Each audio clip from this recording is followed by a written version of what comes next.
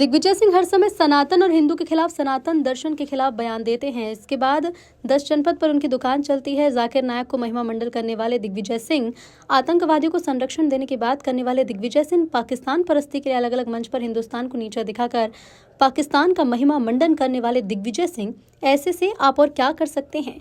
वैसे भी राष्ट्रीय स्वयंसेवक संघ जैसे राष्ट्रवादी और इस देश के लिए सर्वस्व निछावर करने के संकल्प के साथ जो संगठन काम कर रहा है, उन्हें ऐसे विद्यार्थियों के सर्टिफिकेट की जरूरत भी नहीं है। लगता है कि दिग्विजय सिंह जी जिस प्रकार से हिंदुओं का अपमान करते हैं, संघ आज़ादी के पहले से आज़ादी के बाद इस देश की एकता अखंडता को कायम रखने की दिशा में काम कर रहा है और ऐसे विधर्मियों से उन्हें किसी सर्टिफिकेट की भी जरूरत नहीं। दिग्विजय सिंह जी हर समय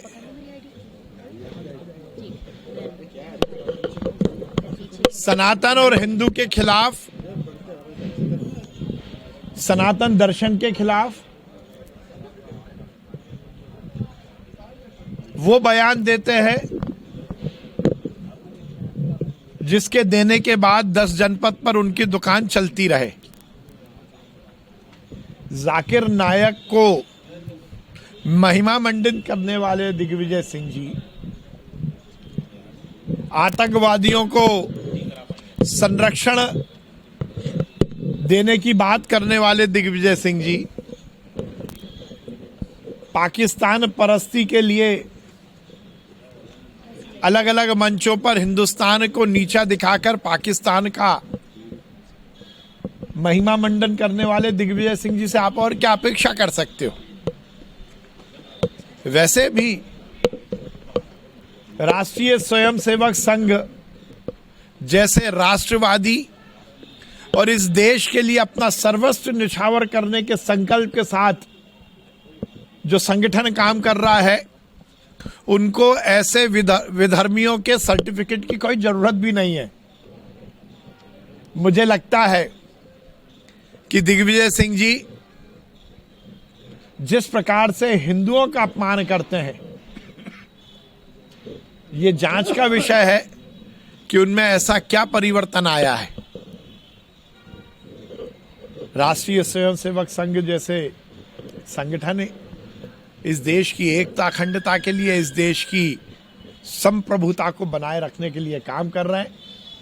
करोड़ों करोड़ों स्वयंसेवक राष्ट्रीय स्वयंसेवक संघ के बिना किसी लालच के, चाहे वो आजादी के पहले की बात हो या आजादी के बाद, इस देश की एकता अखंडता को कायम करने में लगे हैं।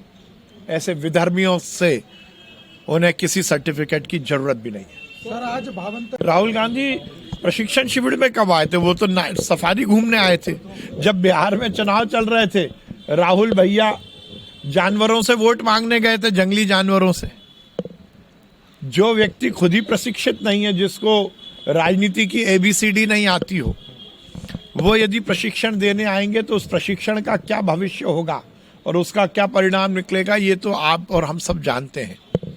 स्वयं अनुशासन में घिरे हुए कांग्रेस के नेता नीचे के कार्यकर्ताओं को क्या प्रशिक्षण देंगे?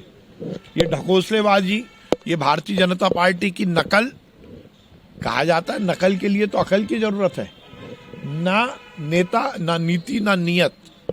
भगवान भरोसे कांग्रेस चल रही है। कांग्रेस समाप्त हो चुकी है और बिहार का जो कल चुनाव का रिजल्ट आएगा ना, उसमें और भी जो भी बनना है, जो दुकान और शोरूम में थोड़ा बहुत लाइट जल रही थी, वो भी आज कल बंद हो जाएगी। सभी बड़े नेताओं ने शिकायत की कि कोऑर्डिनेशन नहीं है, प्रदेश संगठन में एक साथ फैसले नहीं हो रहे। देखिए, राहुल जी ने, जो मुझे आप लोगों के माध्यम से ही जानकारी मिली है कि जीतू पटवारी जी और उमंग सिंगार को गुटबाजी को लेकर फटकार लगाई, और उनकी नज़र तो दिग्विजय सिंह की तरफ भी थी। गुट और गिरोह में बटी हुई कांग्रेस, केवल और केवल अपने अपने कार्यकर्ताओं को की पट्टागिरी करवाने वाली कांग्रेस। अब युवक कांग्रेस में तो उस दिन मैंने प्रेस कॉन्फ्रेंस में बोला था, वोट चोरी की बातें राहुल गांधी कर रहे हैं, ढींगे हाँक रहे हैं। असली वोट चोरी तो युवक कांग्रेस के चुनाव में कर ली राहुल गांधी और उनकी टीम ने। करोड़ों रुपए का हेर फेर किया है। लगभग 8.5 करोड़ रुपए कांग्रेस नेतृत्व ने मध्य प्रदेश के युवाओं और उनके अभिभावकों के चुरा लिए हैं।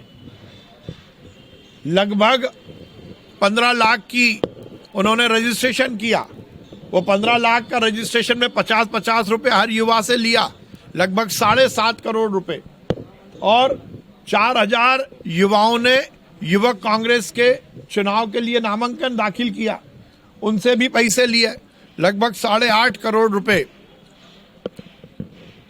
मध्य प्रदेश के युवाओं की जेब में डाका डाल के राहुल गांधी और कांग्रेस ने ले लिए। और उसके बाद मैंने उस दिन मैं प्रमाण के बताया था कि युवक कांग्रेस के चुनाव में जो आहारता थी 18 से 35 वर्ष की, उसको छोड़कर 44 वर्ष के लोगों को उसमें मतदाता बनाया। तो वोट चोरी तो कांग्रेस ने की, युवक कांग्रेस ने के चुनाव में राहुल गांधी ने की। इसका जवाब राहुल गांधी नहीं दे रहा है। 8.5 करोड़ रुपए मध्य प्रदेश के युवाओं के आपने ठग लिए, इसका जिम्मेदार कौन है? इस पर कोई नहीं बोल रहा। तो राहुल जी या कांग्रेस केवल और केवल ऐशो आराम के लिए राजनीति कर रही है।